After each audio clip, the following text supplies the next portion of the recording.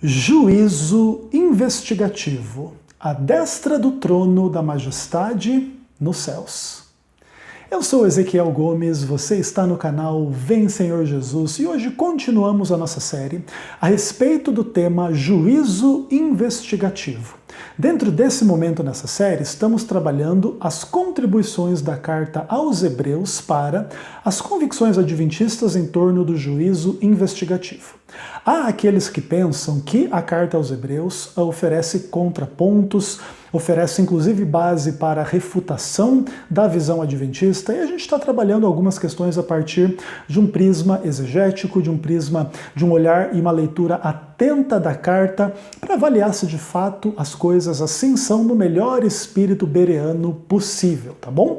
E hoje eu vou tratar com vocês de uma questão bastante interessante que surge de Hebreus capítulo 8, versos 1 e 2, onde a Bíblia diz o seguinte: Ora, o essencial das coisas que temos dito é que possuímos tal sumo sacerdote, que se sentou à destra do trono da majestade nos céus, como ministro do santuário do verdadeiro tabernáculo que o Senhor erigiu, não o homem. Bom, esse texto é extremamente importante na carta aos Hebreus. Em certo sentido, essa expressão, o essencial das coisas que temos dito, aponta para um resumo daquilo que na visão do autor da carta aos Hebreus é o mais importante que os seus leitores viessem a compreender a partir da exposição do capítulo 1 até o capítulo 7. O mais importante é ter certeza de possuir o sumo sacerdote Cristo. Esse sumo sacerdote é o ministro do santuário, mas esse santuário não é na terra, é no céu. É o verdadeiro tabernáculo que não foi erigido por mãos humanas, mas pelas mãos do próprio Deus. E esse sumo sacerdote está assentado à destra do trono da majestade no céu. Bom, o que acontece? Esse tipo de linguagem na carta aos Hebreus não é novidade e não é primeiramente trazido no capítulo 8. Inclusive, se o essencial das coisas que tem dito faz referência ao que vem antes, alguns desses termos e etc. precisam acontecer antes do capítulo 8 para a gente dizer assim como um resumo de tudo isso é que a gente tem esse sumo sacerdote sentado à destra do trono da majestade. E aí a gente volta, por exemplo, ao capítulo 1 de Hebreus e ali no verso 3 se fala que depois de ter feito a purificação dos pecados, Jesus assentou-se à direita da majestade nas alturas. No verso 8 do capítulo 1 se fala acerca do trono do Filho de Deus, aqui chamado de Deus. O teu trono, ó Deus, é para todo o sempre. Quando você chega no capítulo 4, no verso 14, se diz que nós temos Jesus, o Filho de Deus, como grande sumo sacerdote que penetrou o céu. E no verso 16, diante disso, somos conclamados a chegarmos-nos confiadamente junto ao trono da graça. Então aqui existe a ideia de que o trono da graça é no céu, né? Então o trono da majestade que está no céu. É o que a gente vê ali no capítulo 8. E depois em Hebreus 12, verso 2, se fala que Jesus, ele, em troca da alegria que lhe estava proposta, suportou a cruz, não fazendo caso da ignomínia, e diante disso agora está assentado à destra do trono de Deus. Então você percebe que Hebreus, durante praticamente toda a carta, capítulo 1, capítulo 4, capítulo 8, capítulo 12, faz questão de mencionar a posição de Cristo à destra do trono de Deus, o trono da majestade, o trono da graça e etc. E isso é bastante interessante. Acontece que os críticos do entendimento adventista gostam de fazer uma argumentação mais ou menos na seguinte direção. Deus habita no lugar mais santo de todos. E se você comparar o lugar santo com o lugar santíssimo, naturalmente o lugar santíssimo é mais santo que o lugar santo. Então, se o trono de Deus está em algum lugar, em um santuário celestial dividido entre lugar santo e lugar santíssimo, esse trono de Deus está no lugar santíssimo. E se assim é, a carta aos Hebreus já coloca Cristo no lugar santíssimo desde a sua ascensão, como o lugar que lhe pertence por direito, em função dele ter morrido por nós, vencido a morte. Ele é exaltado agora como sumo sacerdote ao santuário celestial, e o seu lugar de ministração é a destra do trono, no lugar santíssimo desse santuário. Outros críticos do entendimento adventista dizem que sequer há divisão entre lugar santo e lugar santíssimo. Tudo é santíssimo ali, porque é o céu, porque é a presença de Deus. Então, as convicções adventistas são confusas, são complicadas, são heréticas em suas implicações, porque na verdade não existe nenhum entrar no lugar santíssimo em 1844. O que existe é Jesus, depois de vencer a morte, em função de ter morrido por nós na cruz, já é o sumo sacerdote no lugar santíssimo do santuário, à destra do trono da majestade nos céus. Entendeu um pouco do argumento? Beleza, inclusive esse argumento faz parte daquele tutorial que eu gravei para vocês sobre como usar a carta aos Hebreus contra a doutrina do juízo investigativo. Beleza, maravilha. Então vamos pensar que nesse momento caísse um raio sobre Ezequiel, e parece que o Ezequiel tem vontade de ganhar um raio na cabeça, né? E viesse a morrer, e você que está assistindo essa série toda tivesse que responder se de fato essa crítica ao entendimento adventista faz sentido ou não. Bom, até agora não caiu raio aqui, estou esperando, não caiu, então eu vou responder para vocês como que eu entendo esta interessante questão, tá bom? Então assim, olha, primeiro de tudo, a ideia de que existe uma posição direita do trono da majestade já indica, de alguma forma, a orientação espacial e geográfica no santuário celestial. Esse é o primeiro ponto. Então, qualquer pessoa que tentar espiritualizar o santuário e dizer que lá não tem espaço, não tem tempo, não tem móveis, não tem isso, não tem aquilo, vai lidar com esses problemas, porque lá, então, agora está descrito um trono e Cristo à direita deste trono, inclusive colocando aí uma orientação geográfica bastante clara. Então já cai a primeira implicação de que no santuário celestial não existe estrutura geográfica e posições geográficas, uma em função da outra, uma à esquerda, o trono, outra à direita, Cristo, né? Então, de fato, não é exatamente a isso que a carta aos Hebreus nos conduz. Claro que a gente pode depois trabalhar um pouco desse sentido, se existem metáforas ou não, enfim, nas afirmações a respeito de Deus, do céu, do santuário e etc., mas de qualquer forma, textualmente há uma dinâmica geográfica acontecendo no santuário celestial. Além disso, se é importante essa orientação geográfica à destra do trono da majestade do céu, a gente precisa continuar lendo Hebreus 8. A gente terminou no verso 2, vamos ler do verso 3 a 5.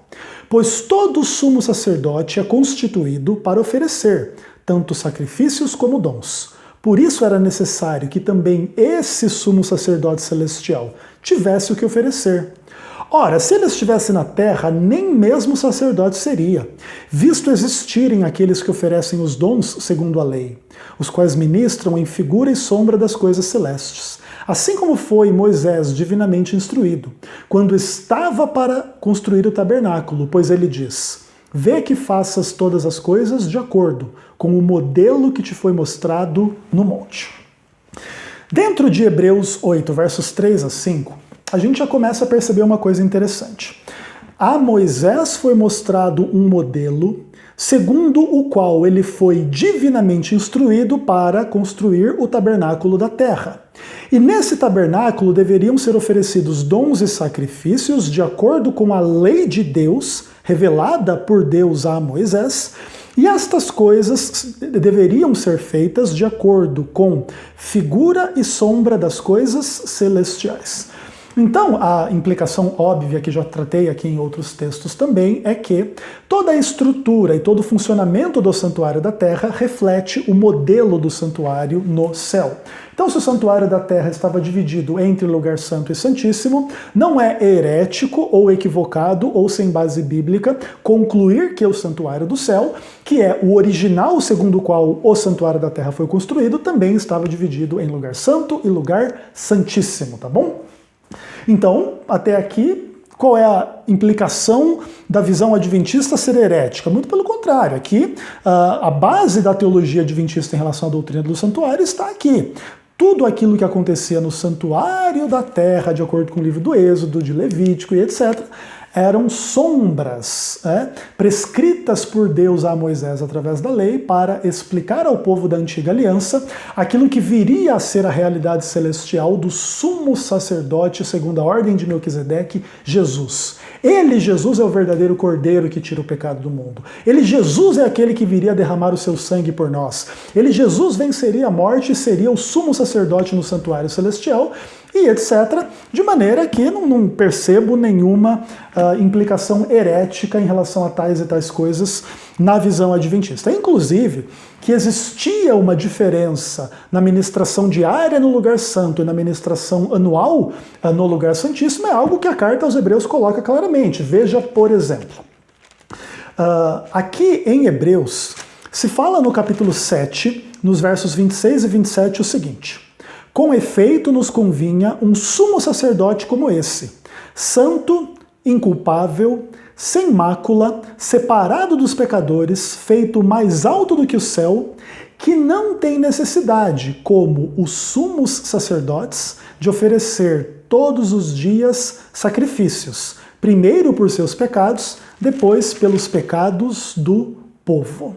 Bom, o que acontece aqui, que é bastante interessante, é a ideia de que havia sumos sacerdotes ministrando todos os dias em função de sacrifícios pelos seus pecados, pelos pecados das pessoas e etc. Dentro de uma visão assim, né, do ministério diário no lugar santo. Inclusive a Bíblia é bastante clara em dizer coisas nessa direção, tá bom? Por exemplo, lá em Hebreus 9, verso 7. Depois de tudo isso assim preparado, continuamente entram no primeiro tabernáculo os sacerdotes para realizar o serviço sagrado. Então perceba, o sumo sacerdote era um sacerdote entre os sacerdotes. Ok? Então, assim como Arão ministrava diariamente no santuário, na parte do lugar santo, e uma vez por ano no lugar santíssimo, os sumos sacerdotes também participavam, né, das ministrações diárias e depois, uma vez por ano, a ministração do dia da expiação. Então, que existe essa divisão é claro na carta aos Hebreus. E Hebreus 9, verso 7 diz: mas no segundo compartimento, o sumo sacerdote, ele sozinho, uma vez por ano. Então ali é o dia da expiação, né? Então ele ministrava diariamente no lugar santo, continuamente o ministério Tamid, e uma vez por ano o ministério do dia da expiação, onde só o sumo sacerdote podia entrar no santuário e no lugar santíssimo. Então perceba, se aqui existe uma dinâmica de que o santuário da terra é sombra e figura das coisas celestiais, precisa existir alguma dinâmica entre o sacerdócio de Cristo no lugar santo e o sumo sacerdócio no lugar santíssimo, tá bom? Naturalmente nós vamos precisar nos aprofundar mais ainda em algumas dessas questões no futuro, mas essa discussão já está bastante madura a esse ponto da nossa série. E tem mais. Além de Jesus ser chamado de sumo sacerdote na carta aos Hebreus, também Jesus é chamado de grande sacerdote, não sumo sacerdote. Então lá, por exemplo, Hebreus 10, verso 21. Tendo grande sacerdote sobre a casa de Deus, aproximemo-nos com sincero coração. Então aqui em Hebreus 10, verso 21, Jesus é chamado de sacerdote e não de sumo sacerdote. E aí as coisas começam a tomar uma figura um pouco mais clara para alguns. Entretanto, o que eu quero trabalhar nesse vídeo hoje é uma questão interessante e que provavelmente muitos de vocês nunca pararam para pensar. Vamos trabalhar dentro de um paradigma assim, existe um lugar santo dos santos no santuário celestial e um lugar santo no santuário celestial. Onde fica o trono de Deus? Para você é óbvio dizer que fica no lugar santíssimo? Com base em quê? Para você seria herético ou equivocado dizer que esse trono estaria no lugar santo e não no lugar santíssimo do santuário celestial? Outra pergunta. Seria muito estranho para você a possibilidade de que o trono de Deus mudasse de posição geográfica entre o lugar santíssimo e o lugar santo no santuário celestial? Você acha que seria uma coisa muito maluca pensar nesse tipo de hipótese? Porque para você é óbvio que o trono ficava no lugar santíssimo? Bom, eu tenho algumas considerações bíblicas a fazer com vocês a partir dessas perguntas em mente. E eu gostaria de falar um pouquinho sobre a onipresença de Deus e a sua capacidade de se movimentar e de se mover, tá bom? Então vamos lá para o texto bíblico. Salmo 139, versículos 7 a 12. A Bíblia diz o seguinte: Para onde me ausentarei do teu espírito? Para onde fugirei da tua face? Se subo aos céus, lá estás. Se faço a minha cama no mais profundo abismo, lá estás também. Se tomo as asas da alvorada e me detenho no confim dos mares, ainda lá me haverá de guiar a tua mão e a tua destra me susterá. Se eu digo as trevas com efeito me encobrirão, e a luz ao redor de mim se fará noite, até as próprias trevas não te serão escuras. As trevas e a luz são a mesma coisa. Esse texto trata da onipresença e da onisciência de Deus. Se você sobe o céu, ele está lá, se desce ao abismo, ele lá está. E na perspectiva de Deus, que conhece tudo, não tem nada escondido. Luz e trevas é a mesma coisa. Às vezes a gente tem mais dificuldade de encontrar as coisas à noite sem luz do que durante o dia, mas para Deus não tem dificuldade de encontrar nada em momento nenhum, porque Deus sabe todas as coisas. Bom, fica claro aqui a noção da onipresença de Deus? Não é que Deus se move de um lugar para o outro, é que ele está no céu e está no abismo e está em todos os lugares entre uma coisa e outra. Se você está ou no céu, ou no abismo, ou no extremo do mar, ou no extremo da terra, ou em qualquer lugar, Deus está ali pela presença, aliás, pela característica essencial da sua natureza onipresente. Bacana, beleza, então não há dificuldade. Então Deus, o seu trono estão em qual lugar? Em um lugar ou em todos os lugares? É só no lugar santíssimo do santuário celestial? Ou Deus e o seu trono de alguma forma permeiam toda a realidade, Deus sendo onipresente em toda a realidade? Será que a gente pode pensar nessa direção, sim ou não? Entretanto, uma coisa interessante da gente pensar é que o Deus onipresente da Bíblia é descrito em movimentação. E isso é uma coisa um pouco complicada, especialmente para a mentalidade grega. A mentalidade grega concebia Deus, especialmente Aristóteles, como o grande motor imóvel que a tudo move. Então, o motor em si era, vamos pensar assim, imóvel, mas ele era responsável por dar movimento a tudo, mas ele próprio não se movia. Mas a Bíblia apresenta Deus como onipresente, então dentro da questão da onipresença, não há como você sair de um lugar onde você está e ir para outro onde você não está, porque você é onipresente, já está em todos os lugares ao mesmo tempo, correto? E a Bíblia descreve Deus como onipresente. Entretanto, a Bíblia também descreve Deus em dinâmica, de caminhada, de sair de um lugar e ir para outro. Veja, por exemplo, um dos textos clássicos, né? Gênesis 3, verso 8. Quando Adão e Eva ouviram a voz do Senhor Deus, que andava no jardim pela viração do dia, esconderam-se da presença do Senhor, o homem e sua mulher por entre as árvores do jardim. Aqui é o contexto da história onde Deus vai perguntar onde é que vocês estão, comeram do fruto que eu mandei não comer, e aí eles estavam lá vestidos com as folhas da figueira, não sei mais o que, e aí Deus vai lá e coloca ali uma roupa de animal, pele de animais diante deles, tá bom? Para cobrir aí as suas vergonhas e tal, etc. Agora eles são pessoas com vergonha. Antes do pecado eles eram sem vergonha. Agora, depois do pecado, eles são com vergonha, né? Essa é a realidade. Seja como for, a dinâmica do texto implica que Deus saiu de um lugar e se manifestou em outro, né? Eles ouviram Deus que andava no jardim pela viração do dia. Opa!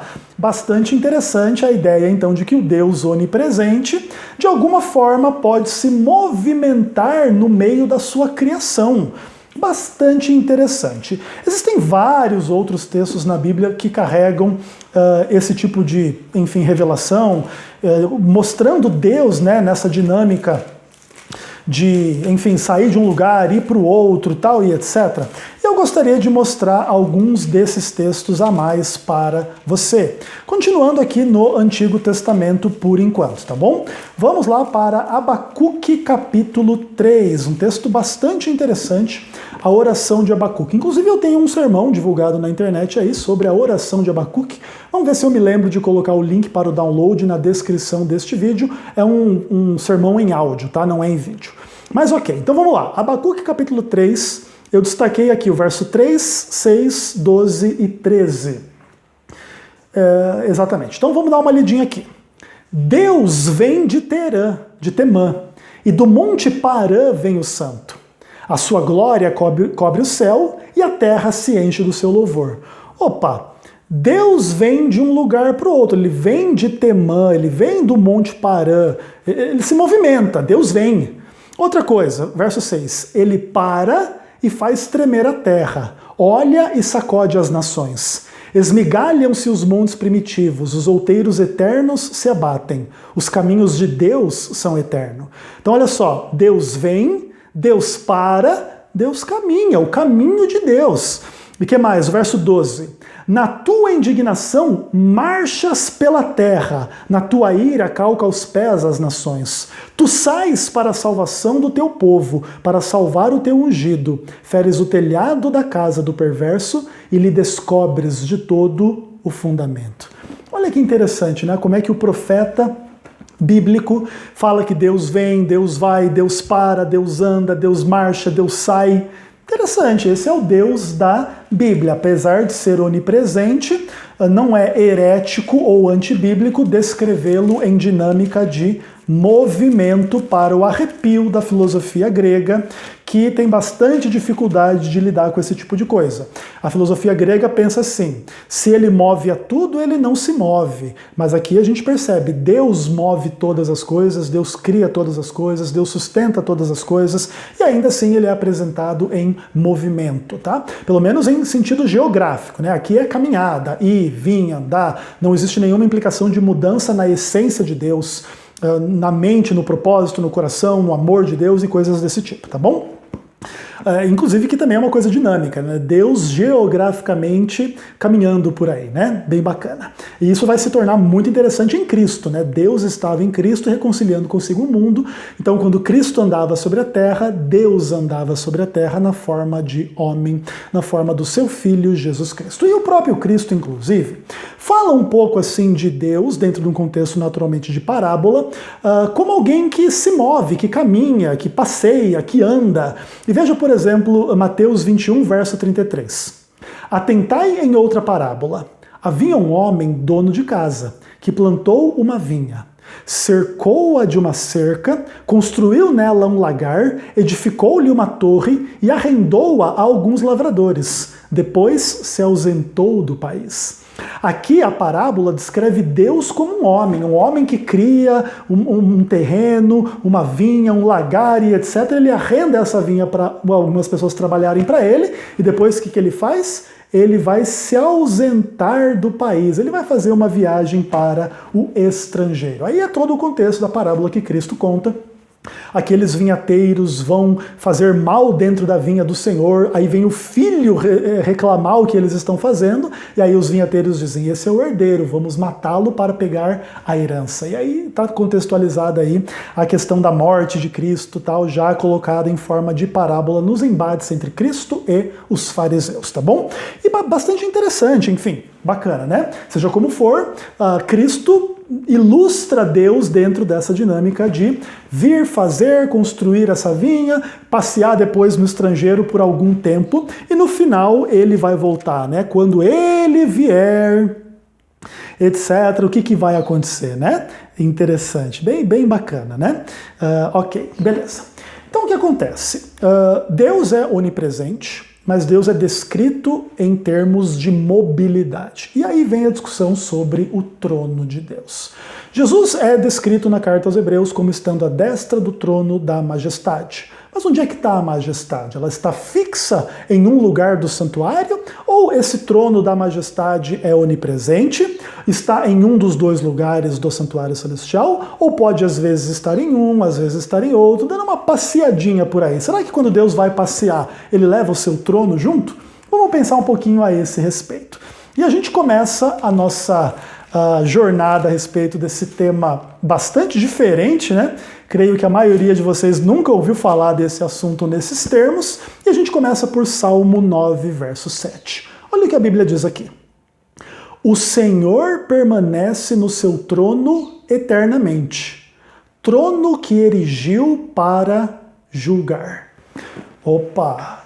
Cuidado com essa coisa de mobilidade do trono. O trono de Deus é para sempre, tem fundamento sólido.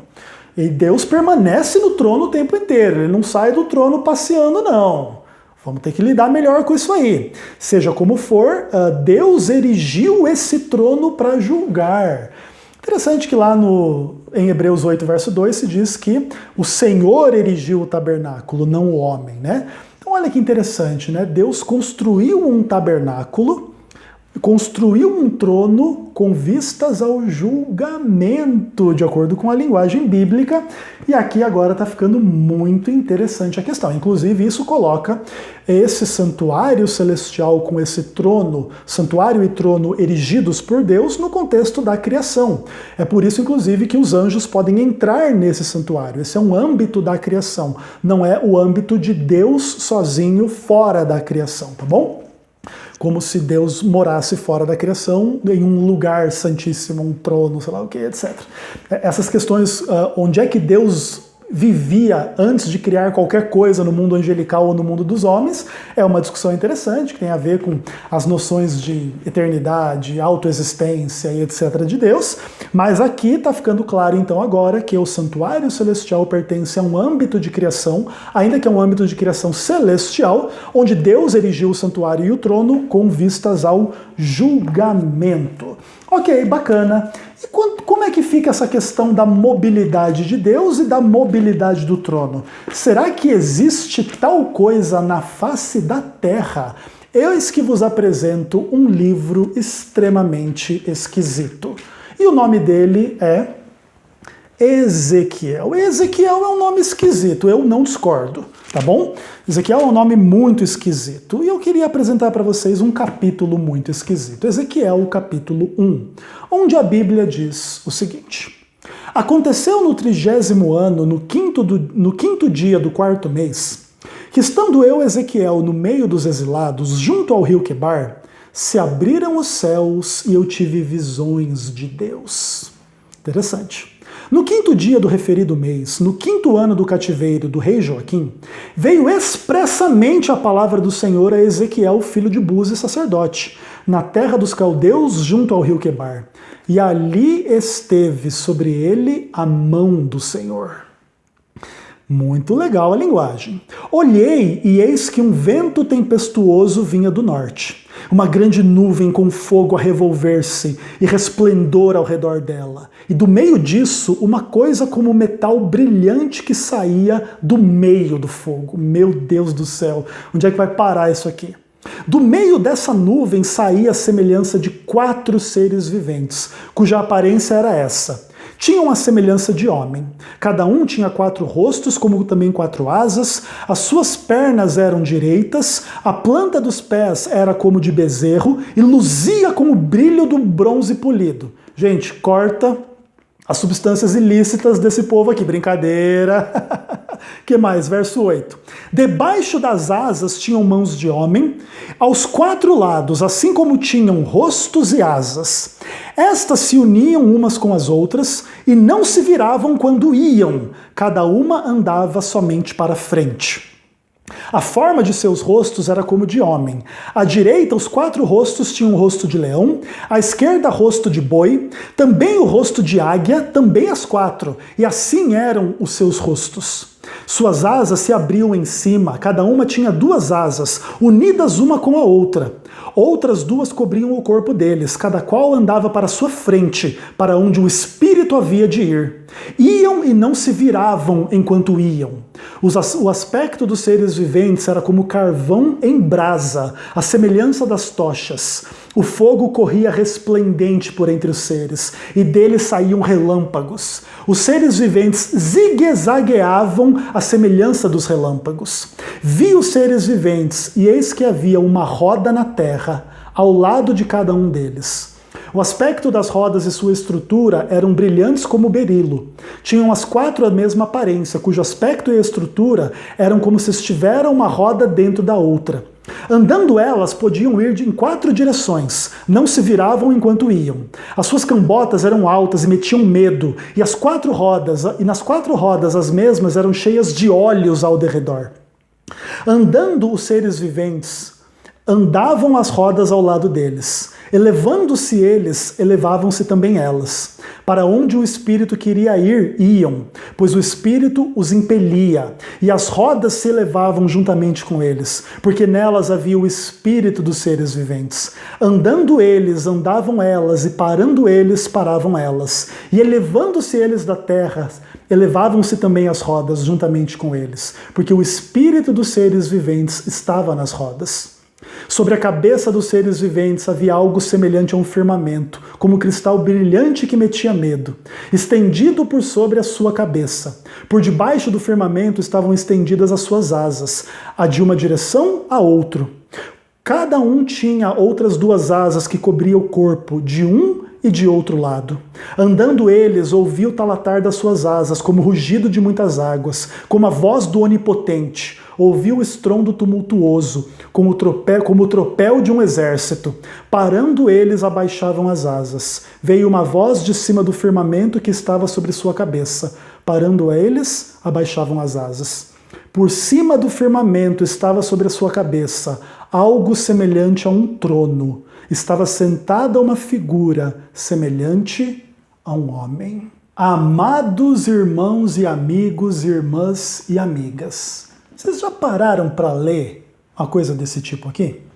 O texto de Ezequiel 1 é um texto extremamente interessante, ao mesmo tempo muito complicado de você desenhar uma figura como essa e imaginar as dinâmicas em torno da questão.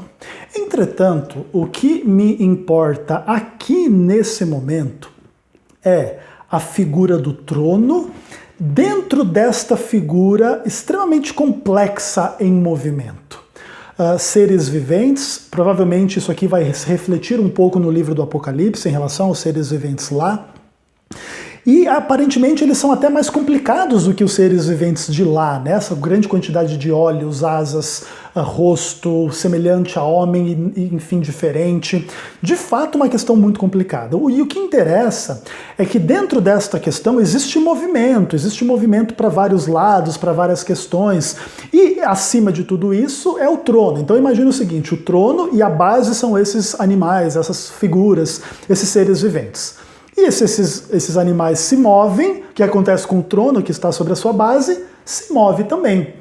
Isso é uma questão muito interessante em relação à ideia de que, na palavra de Deus, o trono de Deus é móvel dentro desta dinâmica extremamente interessante e complexa. Naturalmente, o meu intuito aqui não é fazer uma exposição de Ezequiel 1, etc., mas simplesmente demonstrar a mobilidade do trono de Deus, para que então a gente possa avaliar uma questão que às vezes passa um pouco desapercebida no estudo do juízo investigativo, da parte especialmente dos críticos do adventismo.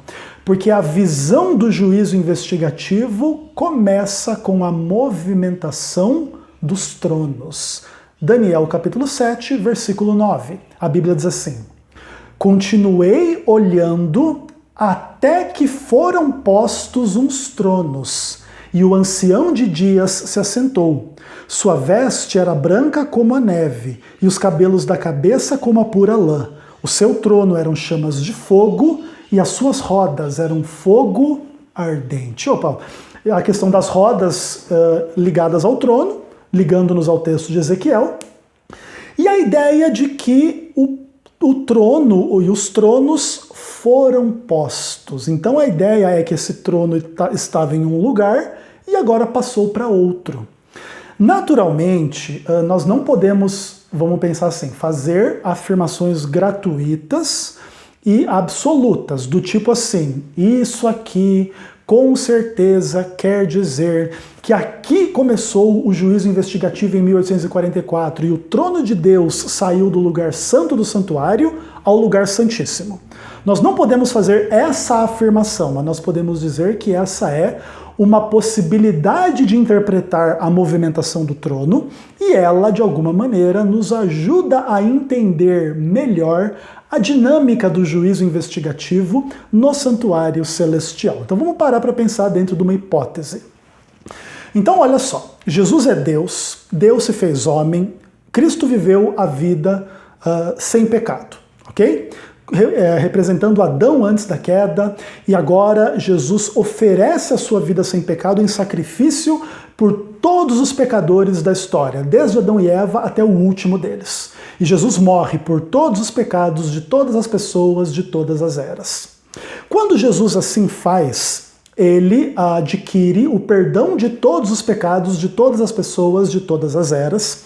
Entretanto, pela obra do Espírito Santo, ele sabe quais pessoas, e pela onisciência e tudo mais, ele sabe quais pessoas vão aceitar essa morte, quais não, e isso vai implicar algumas pessoas serão salvas, outras não, ainda que Jesus tenha morrido por todos, beleza?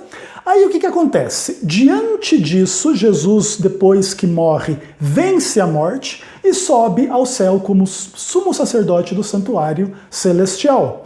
Ele unge o santuário celestial por completo, inclusive o lugar santíssimo após a sua ascensão, e depois, dentro de uma dinâmica do trono de Deus passando para o lugar santo, ministra como sacerdote durante 1800 anos. Quando chega o momento do cumprimento de Daniel 8,14, de Daniel capítulo 7, do juízo investigativo, o trono passa do lugar santo para o lugar santíssimo, e aí começa a última fase da história desse mundo, e inicia-se o juízo final, e aí como que continua o texto de Daniel capítulo 7?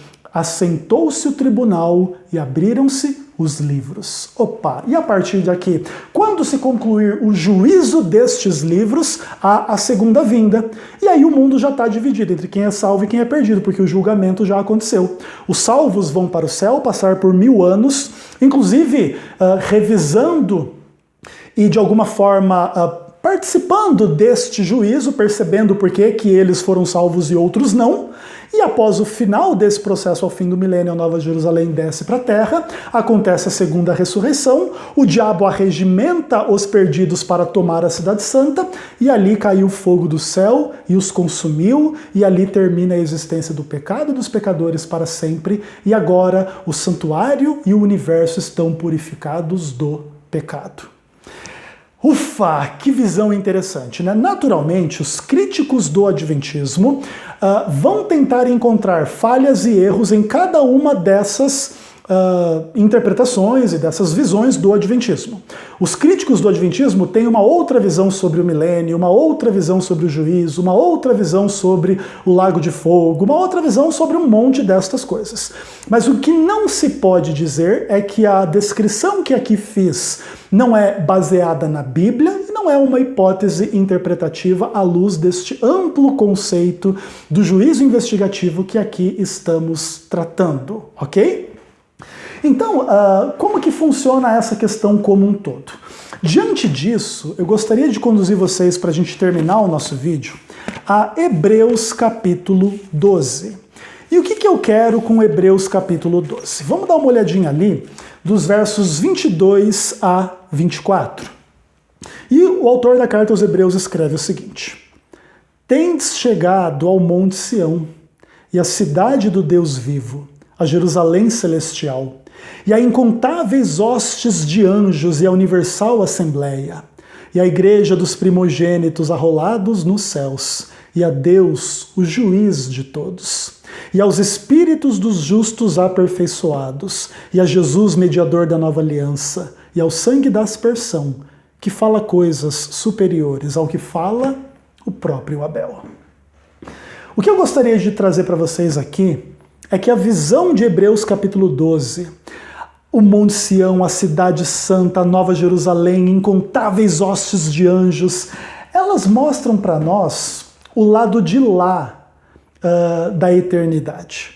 Ali nós já estaremos na presença dos anjos como espíritos aperfeiçoados, ou seja, como pessoas perfeitas, carne e osso, etc, etc, etc, já ressuscitados, já glorificados, tudo mais.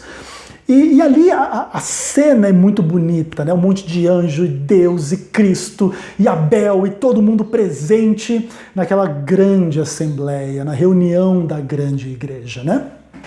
O que é a visão do trono de Deus em Daniel 7? É o lado de cá dessa história. É Deus sentado e outros tronos colocados, e ali um monte de miríades servindo a Deus, no contexto do julgamento. Olha que coisa interessante. Aqui, toda essa cena do trono de Deus, ali em Daniel capítulo 7, é a cena de quando se inicia o juízo investigativo que conduz a todos os eventos em torno da segunda vinda e da destruição do pecado para todo sempre, para que Hebreus capítulo 12 seja realizado na minha e na sua vida como crentes em Jesus Cristo. Mesmo que a gente discorde em questões doutrinárias XY, e aí precisamos tratar também as questões doutrinárias de uma forma um pouco mais ampla. Seja como for, a partir daqui a gente começa a perceber que quando os críticos do Adventismo tentam se levantar contra a doutrina do juízo investigativo por causa da suposta posição do trono no lugar santíssimo do santuário celestial, o que acontece com eles? Eles não conhecem a doutrina da onipresença e da mobilidade de Deus. Não importa o quão complicada seja essa relação, essa é uma questão bíblica. Deus é onipresente e Deus se move. Além disso, eles não conhecem a ideia da mobilidade do trono de Deus e da implicação que isso pode ter para a carta aos Hebreus. Jesus entra no lugar santíssimo, o trono passa para o lugar santo, Jesus ministra no lugar santo, o trono passa para o lugar santíssimo, Jesus ministra no lugar santíssimo e Jesus volta ao mundo para destruir o pecado para sempre. Interessante, não é? Bacana. Esse é o tipo de coisa que começa a trazer luz sobre a discussão. Então, quando o crítico da teologia adventista tenta usar a posição de Cristo à destra do trono da majestade de Deus para refutar ou criticar a visão adventista, ele mostra que ele não entende absolutamente nada do que ele está falando. E nesse ponto há o cumprimento de uma triste profecia. O apóstolo Judas, escrevendo a sua carta de um único capítulo, escreve assim no versículo 10. Vamos dar uma olhada aqui. Estes, porém, quanto a tudo que não entendem, difamam, e quanto a tudo que compreendem por instinto nacional, como brutos sem razão, até nessas coisas eles se corrompem. Há pessoas que querem falar da doutrina do juízo investigativo com os argumentos tão infantis. Jesus está à direita de Deus em Hebreus, acabou o juízo investigativo. Nossa, eu, Ezequiel Gomes, estou impressionado. Porque essas pessoas falam do que elas não conhecem. E mesmo o que elas conhecem de forma contextualizada na sua malícia, na sua vaidade, no seu orgulho, no seu ódio à verdade bíblica em nome das suas interpretações que querem fazer com que eles tenham segurança da salvação e acalentar as bênçãos de Deus enquanto transgridem o sábado e muito mais. É isso que eles querem. É disso que vem o ódio à fé adventista. Claro, vem disso e de outras coisas, mas esse é um dos contextos. Pessoas não querem guardar o sábado, e aí encontram na igreja que guarda o sábado uma doutrina que eles acham muito herética e não sei o que não tem base bíblica, blá blá blá, e começam a falar um monte de besteira, e a hora que a Bíblia chega, o que acontece? Todas essas falácias caem por terra.